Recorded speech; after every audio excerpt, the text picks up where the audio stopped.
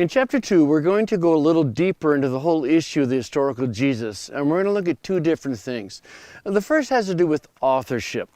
That if we don't know who wrote the Gospels, then how can you trust that they got it right? Well, information of this sort is very scant in ancient literature, but thankfully the writings of the early church fathers are pretty conclusive that Matthew, Mark, Luke, and John wrote the four Gospels. In fact, we have the witness of Papias, who was a disciple of John, that a lot of this information comes from. So that information is generally viewed as quite reliable. But lately we've realized that while the Gospels are technically anonymous, in other words, the name of the author is not embedded in the text, it appears, you make a strong argument, that the titles actually existed very early as to who wrote it. Whenever you look at any of the extant manuscripts that have the beginning of these Gospels, it says Matthew or Mark, and so forth and so on. So we actually have pretty good evidence that we got the authorship of the Gospels right. And hence we know that the authors were in a place to accurately report what Jesus said. But the other thing we're going to get into in this chapter is the whole issue of the Jesus of history and the Christ of faith. Those are the phrases that are used. The Jesus of history is who Jesus really was, and the Christ of faith, it's argued, is who the church turned him into. And critical scholars will tell you that while we may know about the Christ of faith, the Christ that the church created, that some of them will say we know virtually nothing about the Jesus of history, of who Jesus really was. For example, everybody knows there's no such thing as miracles, right? No, there are no such things as miracles. And therefore, any miracle story in the Bible is evidence that the initial image, a picture of who Jesus was, has been tampered as he was changed into the Christ of faith. Now, the important thing to recognize here, though, is that the critical scholar's position is just as much a faith position as your and my position is the faith position.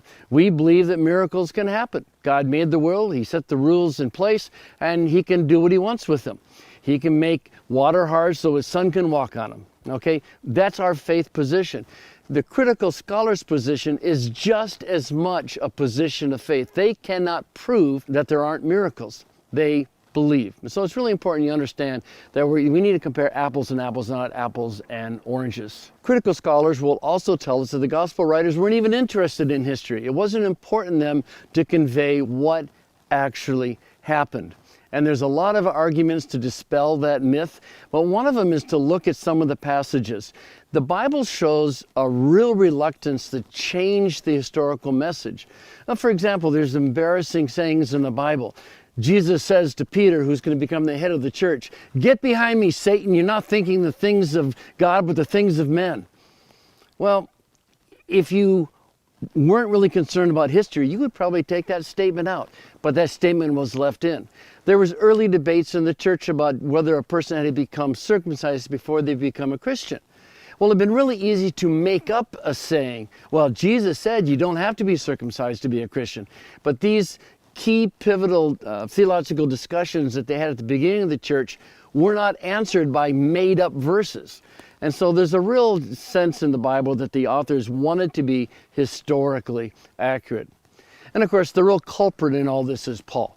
And people will look at Paul and say, well, Paul obviously has changed the message of Jesus. Well, Paul is dealing with a different audience, with different issues. He has different goals. He speaks differently than Jesus.